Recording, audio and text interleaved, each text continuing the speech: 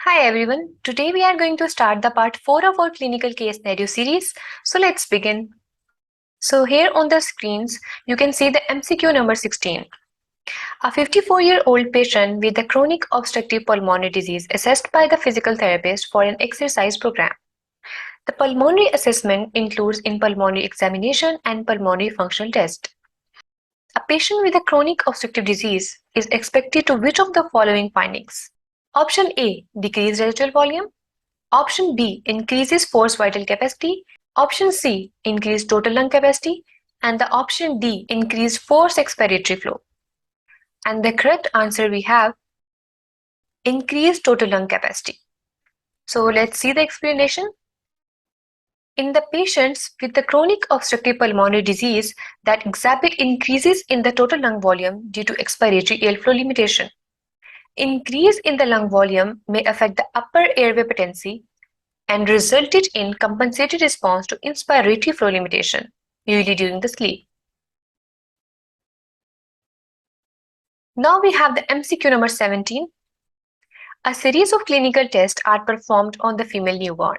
The examiner evaluates the child hip one at a time to check for an unstable hip. The examiner starts by placing his thumb over the child's inner thigh and the index finger over the greater trochanter. The child's hip is abducted and gentle pressure is applied over the greater trochanter. The examiner performed which of the following tests? Option A, Ortolani test. Option B, Barlow test. Option C, Glasey sign. And the option D, Thomas test. And the correct answer we have, Ortolani test. And the explanation we have, examiner performed the Ortolani test. A positive sign is indicated by the clunk, which is felt when the hip is reduced into the acetabulum. Barlow test is also performed to detect the dislocation or the subluxation in the newborn, but this test is performed by applying the gentle posterior pressure to the hip. In the case of Glasey sign, that is performed in infants older than 3 months. At the end, the Thomas test is used to evaluate for the hip contractures. Next, we have the MCQ number 18. A patient complaining of anterior shoulder pain is suspected of bicipital tendonitis. The physical therapist evaluating the patient conduct which of the following tests as a screening tool for diagnosis of the bicipital tendonitis? Option A, Yergesen test. Option B, posterior drawer test. Option C, bicep load 2 test. And the option D, anterior drawer test. And the correct answer we have, Yergesen's test. And the explanation we have, the Yergesen test is a screening tool for the bicipital tendonitis. The posterior drawer test assesses the integrity of the posterior capsular structures. The bicep load 2 test is specifically done to evaluate the slap region. And the anterior drawer test detects the laxity of the anterior capsular structures or the anterior capsular mechanism. Now jump to the MCQ number 19.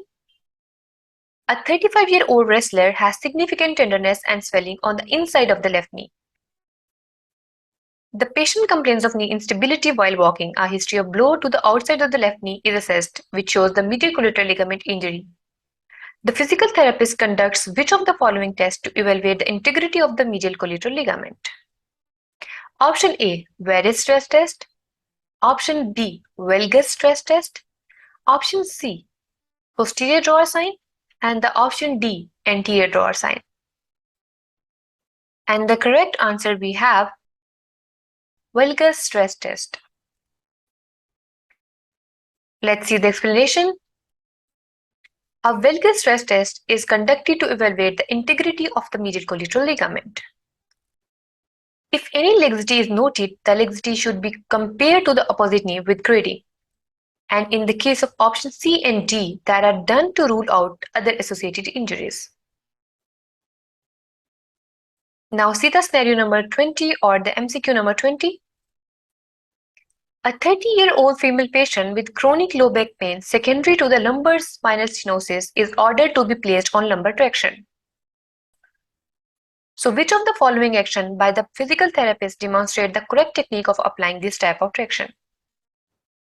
Option A, the patient is placed in seated or supine position. Option B, the pelvic belt is hooked around the patient and the top edge is around the iliac crest. Option C, the thoracic belt is hooked around the patient and the inferior margin is slightly above the lower rib. And the option D, a force 1/4 or 1/2 of the patient's lower extremity is initially placed. And the correct answer we have, the pelvic belt is hooked around the patient and the top edge is around the iliac crest. Now see the explanation. The pelvic crest is hooked around the patient with the top edge around the iliac crest. The belt aims to deliver the caudal pull. So the thoracic belt is hooked around the patient with the inferior margin slightly below the lower lip to deliver the cephalic pull. So the patient should be in supine position, so initially low weight are used. So that's all for today. We will discuss the further scenario-based MCQs in our upcoming lecture. So stay tuned and thanks for watching.